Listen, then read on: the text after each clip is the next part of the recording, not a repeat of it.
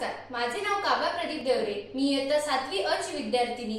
माझ्या शाळेचे नाव लोकनेते व्यंकटराव हिरे अकॅडमी सीबीएसई। प्रतिपचंद्र लेखे व वर्धिष्णु विश्ववंदिता शाह सुनोष विशेषा मुद्रा भद्राय राजते। या राज्याच्या राजमुद्रेला वंदन करून मी काव्या प्रदीप देवरे आपल्या भाषणात सुरुवात करते। महाराष्ट्राचा जो इतिहास लिहिला तो कोणी एऱ्या गेलेले नव्हे। महाराष्ट्राचा जो इतिहास लिहिला तो कोणी एऱ्या गेलेले नव्हे, तर महाराष्ट्राचा इतिहास लिहिला हिरव्या पिवळ्या शालीनं, तलवारींच्या खणखणाटीनं, घोड्यांच्या टफानं आणि शाहिराच्या डफानं। आणि हाच इतिहास घडविला छत्रपती शिवाजी महाराजांना।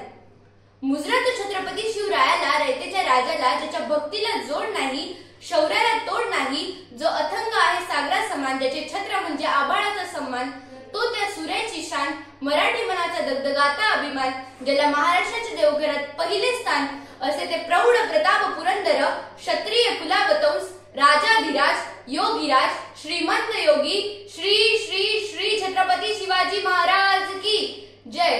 श्री छत्रपती संभाजी महाराज की जय। स्वराज्य जननी राजमाता जिजाऊ की जय।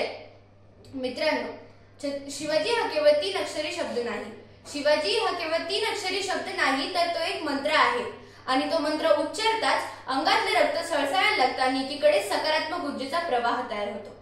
जगदंब जगदंब जगदंब, निश्चयाचा महामेरू, निश्चयाचा महामेरू, बहुजनांचा आधार, अखंड स्थितीचा निर्धार, श्रीमंत योगी, नीतिवंत, गुणवंत, यशवंत, कीर्तिवंत, सामर्थ्यवंत, जयवंत, पुण्यवंत, क्षत्रिय मराठा, गुणवंत, वर्धवंत, जाणता राजा श्री छत्रपती शिवाजी महाराज की जय। मित्रांनो, आजही छत्रपती शिवाजी महाराजांचं नाव घेतलं की राडा, फक्त राडा। कधी छत्रपती शिवाजी महाराजांच्या जन्मतारखेवरून, तर कधी शिवजयंती साजरी करण्यावरून। या पलीकडे राजा शिवाजी आम्हाला कधी कळलाच नाही आणि या पलीकडे जाऊन राजा शिवाजी आम्ही कधी कळूनच घेतला नाही। अरे म्हणूनच की काय चुंडमुंड भंडा सुरखंडिनी, उदंडमंड महिषासुरमर्दिनी, शुंभिनी शुंभिनी, निर्धारणी कलिका, महाराष्ट्र धर्मरक्षिका, तुळजा भवानी, सुदिन शिवे, शिवरायांच्या जन्माचे उख्यान ऐकवलंय। मित्रांनो, आज माझ्या महाराष्ट्राला छत्रपती शिवाजी महाराजांच्या आचारांची, छत्रपती शिवाजी महाराजांच्या विचारांची आणि छत्रपती शिवाजी महाराजांनी निर्माण केलेल्या स्वराज्याची गरज आहे।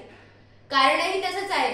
अहो, कारणही तसंच आहे। असं म्हणतात ना, यदा यदा हि धर्मस्य ग्लानी भवतु भारत, यदा यदा हि धर्मस्य ग्लानी भवतु भारत, अद्युज्ञानम धर्मस्य तादात्म्यनः सुजम्यहम्।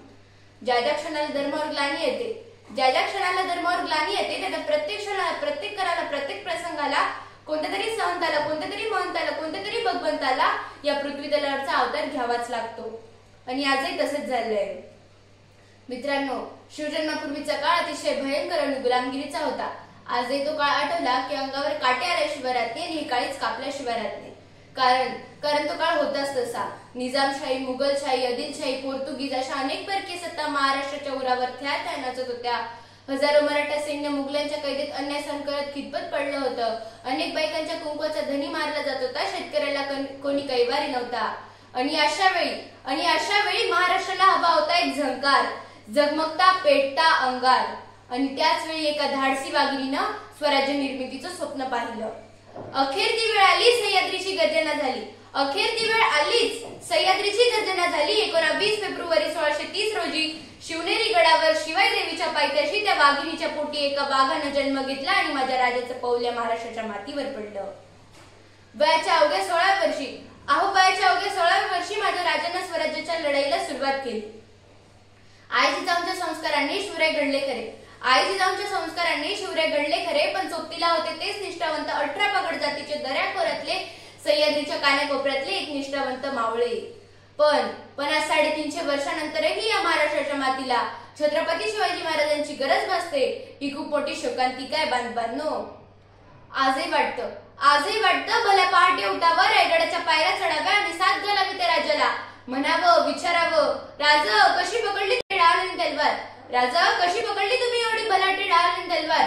परंतु तुमच्या आजच्या या मावळ्याच्या हातात चहाची कपे उचलताना हे हात असे लटलट कापतायत। राज, तुम्ही राज्यवेडे स्वराज्य वेडे भानवलेले होतात।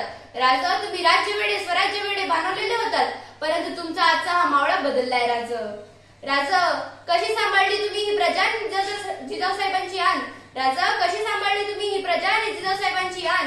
पण आम्ही म्हणतो आज आम्ही दोन आणि आमचे दोन, आम्ही दोन आणि आमचे दोन, आमचा होतो एक चौकोन, चौकोनातले जातात दोन, उरलेल्यांना आधार कोण राज, उरलेल्यांना आधार कोण, अशी परिस्थिती या महाराष्ट्राची झाली आहे राज. स्वतःच्या मनगटावर विश्वास असणाऱ्याला दुसऱ्याच्या सामर्थ्याची भीती कधीच वाटत नाही. स्वतःच्या मनगटावर विश्वास असणाऱ्याला दुसऱ्याच्या सामर्थ्याची भीती कधीच वाटत नाही आणि अशा सामर्थ्याला हरवण्याचे धाडस कधी नियतही सुद्धा करत नाही. राजा शेतकऱ्याच्या शेतात आजही सोनं पिकतंय. राजा शेतकऱ्याच्या शेतात आजही सोनं पिकतंय, पण शेतमालाला भाव नसल्यामुळे हे सोनं शेतातच उभं सडतंय. राजा शेतातच उभं सडतंय. विजय सारखी तलवार चालून गेला, निधड्याच्या तिने हिंदुस्तान हलवून गेला. विजय सारखी तलवार चालून गेला, निधड्याच्या तिने हिंदुस्तान हलवून गेला. वाघ नख्याने अफजल खानाचा कोथळा फाडून गेला. स्वर्गात गेल्यावर देवाने ज्याला झुकून मुजरा केला, असा एक मर्द मराठा माझा शिवबा होऊन गेला. असा एक मर्द मराठा माझा शिवबा होऊन गेला. 1630 ते 1680 अहो माझा राजा जगला तरी किती. 1630 ते 1680 अवघी 50 वर्ष. पण या 50 वर्षात असा काही जगला की पुढची 50,000 दशलक्ष वर्ष स्वराज्याचं नाव या महाराष्ट्राच्या मातीत करून गेला. सह्याद्रीच्या कडाकपाऱ्यातून उभा महाराष्ट्रभर रात्रीचा दिवस करून अवघा महाराष्ट्र मुघलांच्या तावडीतून शाबूत ठेवला. अशा महापराक्रमी राजास माझे कोटी कोटी प्रणाम. जय हिंद, जय महाराष्ट्र.